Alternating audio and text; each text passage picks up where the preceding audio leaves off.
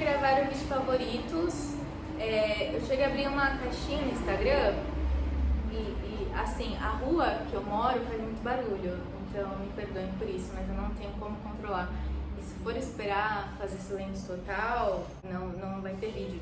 Mas então, eu tinha pedido no Instagram algumas sugestões do que vocês gostariam de ver no canal, já que eu pretendo ser mais ativa na medida do possível aqui.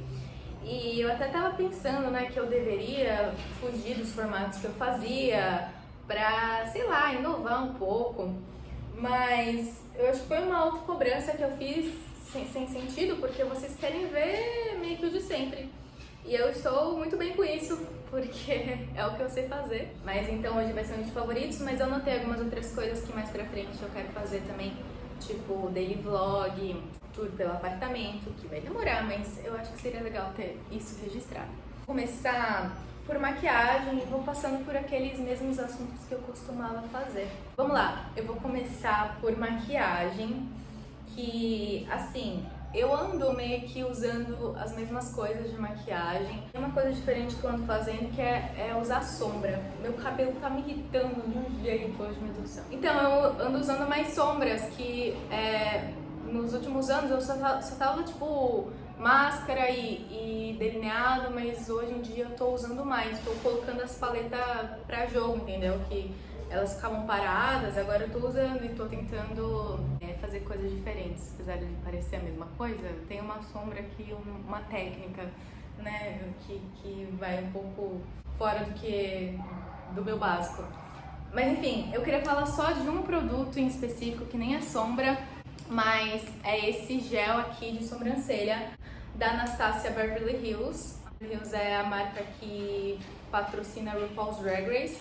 Nunca tinha usado nada deles, mas eu me surpreendi muito com a qualidade, porque esse negócio aqui, você pode passar no meio de um furacão que a sua sobrancelha vai estar intacta. A fixação é bizarra, de verdade. Esse produto é bastante conhecido, na verdade, e eu acabei comprando pelo hype, e aqui eu só queria colocar o selo, o certificado de que realmente vale o hype. Eu comprei esse pincel aqui que eles indicam.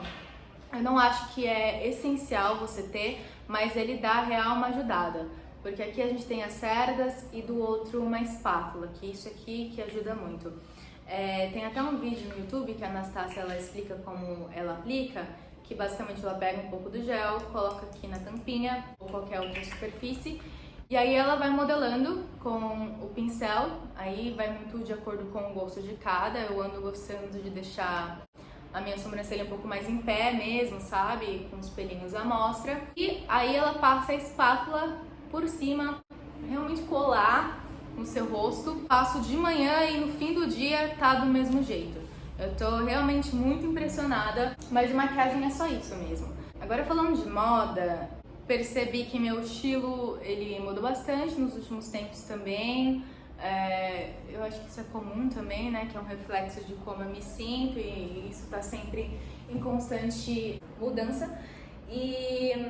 Mas eu percebi que tem algumas peças que eu ando gostando mais de usar. Por exemplo, esse tipo de vestido que eu tô aqui, que ele não é um slip dress, mas ele lembra um pouco, né? Tipo, tem a salsinha, ele é mais longo, ele tem uma fenda. Eu reparei que eu ando gostando muito de usar esse modelo, não é pra todo dia, é mais um dia que eu tô me sentindo inspirada, mas sempre que eu coloco eu me sinto muito bonita. E eu tenho esse aqui, nesse tom de verde, né, que eu ando numa onda verde, claramente. Mas tem um outro, cadê? Ai meu Deus, não tá aqui, mas eu vou mostrar aí no vídeo, que ele é tipo igual mesmo, tem alguns detalhes diferentes, tipo igual, mas diferente. Não, ele é no mesmo modelo, só que sutilmente diferente, é o que eu quis dizer. Além do que eles são muito frescos e você não precisa se esforçar tanto. Eu coloquei esse vestido, um cinto e um brinco assim, pá, parece que eu me produzi durante horas e é muito simples. Usando esses vestidinhos, principalmente agora que tá quente. Outro item que eu ando amando são franjas. As franjas voltaram pra minha vida, só que de uma maneira diferente. Foi em forma de jaquetas. Essa aqui, por exemplo, Todas essas peças que eu falei até agora, tanto os vestidos quanto a jaqueta, são da Zara, mas eu juro que eu vou fugir dessa loja daqui a pouco. Eu ando gostando muito de franjas porque eu acho divertido, tem esse movimento. Sempre que eu coloco, eu me sinto muito eu, sabe? E eu acho que esse tipo de jaqueta dá uma quebrada dependendo do look. Tipo esse mesmo, eu não usaria com esse brinco, né? Ou talvez sim, se eu estivesse me sentindo muito extra no dia. Mas dá uma quebrada no visual. E é isso, eu ando amando. Eu tenho essa e tenho uma outra. Essa aqui outra tem uma vibe ainda mais, tipo, cowgirl. Estou no meio da roça, comendo um bolo de fubá, tomando meu café e vendo as vacas no pasto. Para finalizar, eu queria dar destaque para brechós, que é uma coisa que, desde que eu me mudei para São Paulo mesmo, eu tô explorando mais, né? Eu tava na época comprando muito na Zara e eu não vou falar que eu quero parar totalmente, não quero impor isso ainda pra mim, mas eu quero cada vez mais conhecer brechós e, né, colocar meu dinheiro em um lugar que é um pouco não, né? É bem mais sustentável, que tem várias vantagens. Então, eu tô conhecendo vários brechós legais aqui, tem muito brechó legal em Pinheiros, na Vila Madalena. E eu comprei essa bolsinha, por exemplo, pra combinar com a minha paleta, que, eu fiquei apaixonada por ela e a partir de agora eu não vou comprar bolsa em nenhum lugar a não ser brechós, porque nesses brechós tem cada bolsa linda. Essa aqui foi R$40, ela não tá no melhor estado, mas pelo preço eu achei que valeu muito a pena. Além disso, nos últimos tempos eu comprei umas 2 blusas, camisa mesmo, né, manga longa, que elas têm um tecido super gostoso. Uma é verde também, só que é um verde mais vivo, e a outra ela tem uma pegada mais anos 70, que é a blusa que eu usei no último vídeo. Eu peguei um conjunto perfeito, que ele é todo creme, tem o terno e tem a calça, é bem alfaiataria mesmo, que eu tive que mandar ajustar porque ele tava o triplo do meu tamanho, mas tem isso também, né, que tem muito brechó que eu descobri que tem costureira no local, então é uma boa, porque ainda mais eu que sou pequena, é difícil achar exatamente na mesma medida, né? Brechó tem disso, você tem que fazer alguns ajustes, mas eu acho que o custo-benefício, como as pessoas gostam muito de falar essa palavra, vale muito. E além do que, você encontra peças bem únicas, né? E é isso, comprem em brechós. Não precisa gastar uma fortuna para se vestir bem. Agora eu quero falar de livros. Gente, eu tô muito empenhada nas minhas leituras, eu tô muito contente com isso. De janeiro até agora, que eu tô gravando dia 24 de fevereiro, eu li 6 livros e isso pra mim é bem além do que eu costumo. Essa é uma vantagem de não ter TV em casa. Não, mas sério, eu tô lendo bastante e tô lendo coisas boas, o que é mais importante. Mas o meu favorito mesmo é o último livro que eu vou falar, mas eu queria sim passar pelos outros, porque eu acho que sempre pode ter indicações legais para algum de vocês. Para começar, eu queria falar que eu li outro livro da Virgínia, chama Profissões para Mulheres e Outros Artigos Feministas. Eu tinha lido ano passado, né, a minha primeira obra da Virgínia, que chama Um Teto Todo Seu. Eu gostei muito e aí a minha amiga Helena me deu esse livrinho aqui. Esse livro, ela vai abordar temas feministas, né, como a gente já prevê. Na verdade, a Virgínia, ela foi a minha porta de entrada para o feminismo, assim. Eu já cheguei a ler algumas coisas que tinham uma mensagem feminista, mas eu acho que você ler sobre de um jeito tão claro, de um jeito tão direto, faz diferença, pelo menos pro meu entendimento, sabe? Aqui a Virgínia, ela analisa obras de outras autoras mulheres, ela troca cartas, digamos assim, com um editor, um escritor da época que era super machista, quadrado. O que era considerado normal na época é um absurdo, né? Por mais que a gente tenha muito o que andar em relação a isso, a evoluir. Foi um livro que me deixou com raiva. Por exemplo, ela mostra como o pensamento era realmente um machismo mais escancarado, sabe? E deveria ser muito... Já é difícil ser mulher hoje, né? Imagina em 1900 e pouco. E a Virgínia, ela fala muito também da figura do anjo do lar, que é assim que ela nomeia, né? Que é aquela mulher comportada, obediente, que não confronta e que muitas vezes ela acabava caindo nesse lugar mesmo tendo consciência que é por conta dessa estrutura, mas às vezes é tão enraizado que mesmo ela às vezes tinha que ficar se policiando. E eu tô gostando muito de conhecer a Virginia, tá sendo muito importante pra mim, porque realmente, gente, assim, ser mulher não é fácil não, tem uma diferença, as sutilezas do nosso dia a dia, né, tipo, do que a sociedade espera, como as pessoas nos veem, como a gente, né, às vezes é sufocada, é limitada para ser de certo jeito, e quando a gente foge, a gente é julgada de um jeito muito mais pesado. Então a Virginia tá trazendo todas essas coisas para mim e eu quero conhecer mais sobre ela, sabe?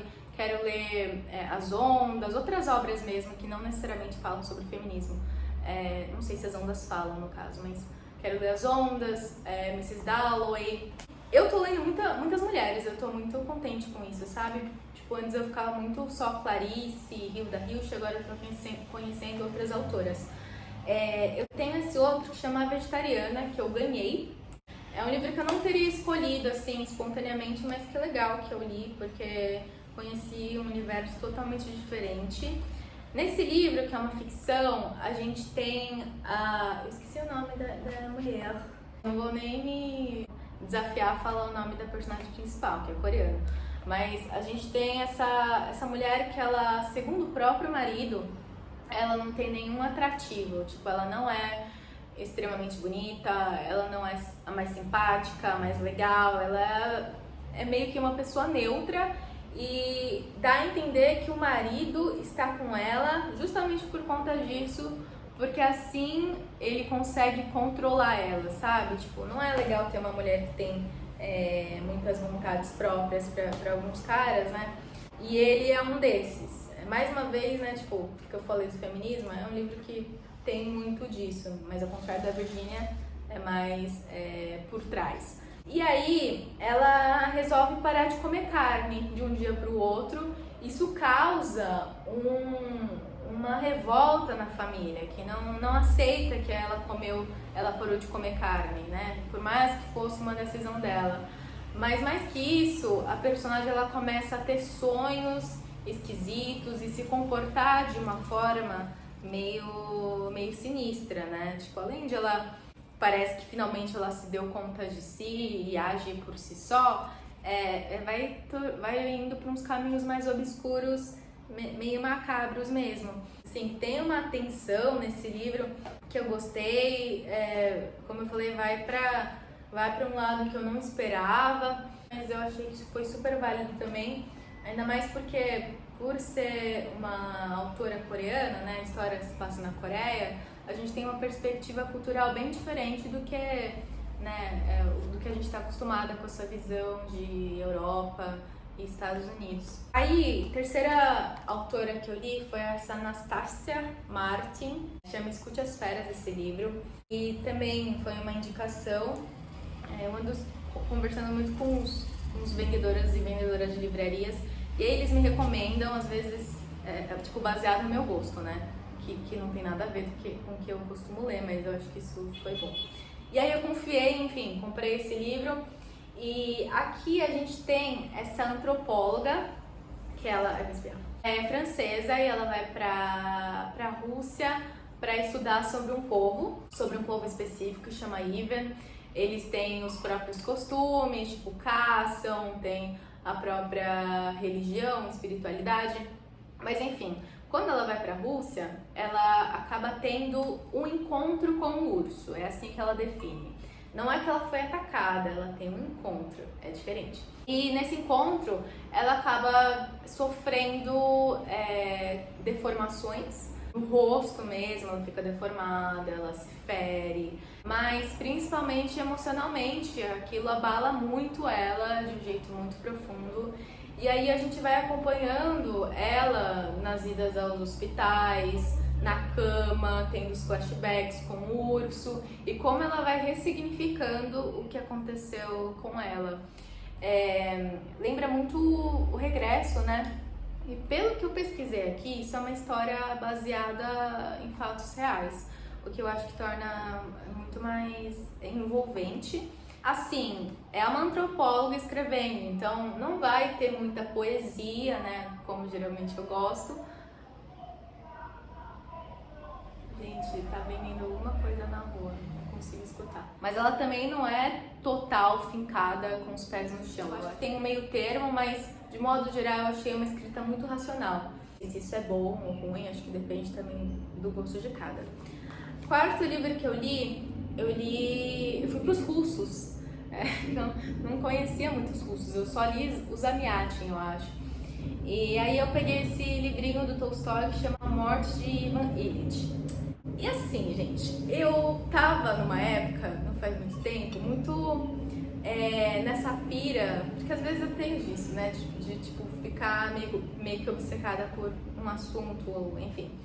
E aí, nesses últimos tempos, era a morte. Eu tava bem obcecada pelo assunto morte. E aí eu comprei esse livro, né, que aqui a gente tem esse Ivan Ilitch. Ele é um cara, tipo, classe média alta, casado, que ele alcançou certa posição de status social, de carreira, só que ele adoece e ele vai percebendo que ele está prestes a morrer. E então ele percebe que a maioria das coisas que ele fez foi mais por conta do ambiente que ele vivia, para impressionar as outras pessoas, do que uma vontade real. Assim, não é que ele vai morrendo numa boa, ele vai se remoendo mesmo nesse tempo em que ele começa a ter consciência de certas coisas, sabe, de arrependimentos. Realmente não teve uma vida em que ele seguiu as verdades dele. Então, esse livro foi muito impactante para mim, me fez refletir muito. E em determinado ponto, falam que esse medo da morte que muitas pessoas têm é por conta desse livro, né? O medo do desconhecido, do que vem depois, o que eu achei muito interessante. Eu não fiquei tão amargurada quanto eu achei que eu ficaria, não me bateu de uma forma muito pesada. Pelo contrário, eu acho que tipo, foi muito esclarecedor e é um daqueles livros que realmente você lê e fica pensando durante alguns dias. Então, eu acho que, assim, é curtinho, gente. Tipo, não é difícil, eu tava com medo, né? Porque Tolstói e tal tem esse nome que assusta um pouco, mas é super de boa. Aí eu tenho um livro que eu não tenho aqui, que eu li também, que eu peguei emprestado, que é um livro super curtinho, do Neruda, do Pablo Neruda, que chama O Coração Amarelo. E assim, eu não sei muito bem o que eu achei, se eu realmente gostei, porque ele é tão curto que foi muito pouco pra eu captar a essência, mas sem dúvida é um livro muito bem escrito, ele faz muitas metáforas com a natureza que eu achei que é muito bonito, sabe? Dá uma paz. Mas ao mesmo tempo ele é muito romântico, muito intenso, né? Intenso. E, enfim, vou ver mais pra frente, talvez eu leia outra coisa dele, mas eu tô meio enferrujada com as poesias. Tô ultimamente mais na ficção e tal. O último livro, que assim, virou um dos favoritos da minha vida, fazia muito tempo que um livro não me impactava tanto, chama-se As Portas da Percepção e Céu e Inferno, do Huxley. O Huxley é o mesmo autor de Admirável Mundo Novo, outro livro que eu gosto muito. Nesse aqui, ele separa em 3 partes. A primeira é As Portas da Percepção, que inclusive eu me interessei por esse livro por conta do The Doors, que eu descobri que eles se inspiraram nesse livro para achar o nome da banda. Então eu pensei, com certeza deve ser coisa boa. E tem a segunda parte, que é Céu e Inferno, e tem uma terceira, que são vários apêndices que complementam a leitura. Aqui, o Huxley ele vai falar sobre um assunto polêmico, que é o uso de substâncias alucinógenas, tanto para um poder de criatividade maior, quanto para uma autotranscendência, uma paz de espírito, uma consciência mais ampla, né? realmente assim as portas da percepção. O Huxley ele vai focar mais na mescalina. Mescalina ela é um componente que tem no peiote, que é uma planta. Ele usa a mescalina e relata as percepções que ele tem, tanto sensoriais, de cores, de texturas. Ele começa tipo a brisar nos móveis, nas cadeiras que estão no mesmo ambiente que ele. E é aquilo mesmo de ele olhar o mundo com os olhos de uma criança, como se tipo desse uma limpa e ele realmente percebesse o mundo. Vai começar os papos hippies, vocês estão preparados? E ele fala que a mescalina ela é uma droga enteógena, né? Que ela tem isso de despertar o interior divino, digamos assim. Tem uma coisa mais espiritual mesmo, não é recreação pra ficar louco e se divertir. Tem uma coisa mais que atinge mesmo a sua existência. Eu achei muito, muito legal porque ele joga uma curiosidade aqui ou ali, analisando obras de arte, como esse assunto, assim, foi uma coisa que eu amei. E ele fala também de como a gente tem essa necessidade, desde sempre, de querer, de alguma forma, atingir essa parte mais inconsciente mesmo, sabe? Esse inconsciente coletivo. Seja por ópio, álcool, maconha, sintético, ele fala religião, ele fala arte, que realmente, assim, ele conseguiu explicar algumas coisas que eu não conseguia colocar em palavras. Por exemplo, a minha relação com a arte tem uma coisa de contemplação que pega um lado mais sensível meu, sabe? Eu tinha até escutado no podcast um dia desses que eles falam que qualquer ato que você faz com atenção plena, é um ato meditativo. Eu acho que isso aplica muito à arte, no meu caso. Mas enfim, ele fala que com a mescalina ele consegue sair dessa mente reduzida, né, que é a nossa mente num estado normal, para atingir essa mente integrada, que revela outras coisas, uma empatia, um entendimento e uma aceitação melhor com a morte. Levamos nós com a morte. Ele também fala da meditação, por exemplo, né? Que a meditação a gente acaba forçando o nosso corpo, acho que por ter mais... Aí eu não sei explicar, tá? Mas eu acho que é por ter mais CO2 no corpo, a nossa mente dá uma alterada. Então a gente meio que força pra ficar nessa condição e também ter uma percepção diferente nesse estado. E um fato curioso é que quando ele estava prestes a morrer, ele pediu para a esposa injetar algumas doses de LSD nele. E LSD também tem muito isso, né? De você aceitar tudo que é incontrolável, e tem uma ligação muito forte também com o entendimento da morte. Mas é isso, eu fiz uma resenha recente no Instagram também, se vocês quiserem ver, lá tá muito mais completo, porque eu sou muito melhor na escrita do que nas palavras, que nas palavras eu vou falando e eu não sei onde vai terminar e eu me perco no meio. Não é uma apologia às drogas, eu acho que assim, se você for ler, você tem que realmente ir com uma mente aberta, sem julgamentos, e entender que é uma questão muito maior do que, como eu falei, tipo, de uso recreativo. A mensagem realmente é de uma percepção existencial, espiritual, que na minha visão é muito, muito bonita, sabe? Ele até também fala que talvez se as pessoas usassem mais esses componentes, as pessoas seriam menos egoístas, não estaria tendo guerras e tal, mas enfim. Agora eu vou abrir tipo um parênteses que eu queria falar de coisas pra casa, né? Que agora eu tô no mood decor. E um dia, como eu falei, eu mostro melhor as coisas como estão aqui agora, mas eu queria falar do meu quadro maravilhoso. Que é um quadro da Yayoi Kusama, é uma artista japonesa que ela tem essa característica de fazer uma arte com repetição, né? E aí eu vi esse quadro, eu me apaixonei. Na verdade eu comprei o pôster pelo AliExpress e aí depois eu mandei emoldurar aqui numa loja muito cara que eu não recomendo, que eu estava com pressa. Mas enfim, eu tô muito feliz com o resultado e, tipo, tá na frente do meu banheiro, então eu saio e às vezes eu só fico assim, aquele momento mesmo de, nossa, sabe? Que eu fico admirando essa obra de arte. Porque pra mim é uma obra de arte mesmo, por mais que seja da AliExpress. Gosto muito, tipo, da cor, da disposição, que tem os elementos, então esse é o meu favorito do mês. Queria falar de alguns podcasts e música. De podcast, eu tô escutando Astrológicas, percebendo bem, né? Tô toda numa vibe assim, tipo, meio estereotipada, mas eu tô escutando podcast de astrologia, que é com a Titi Vidal e uma outra astróloga.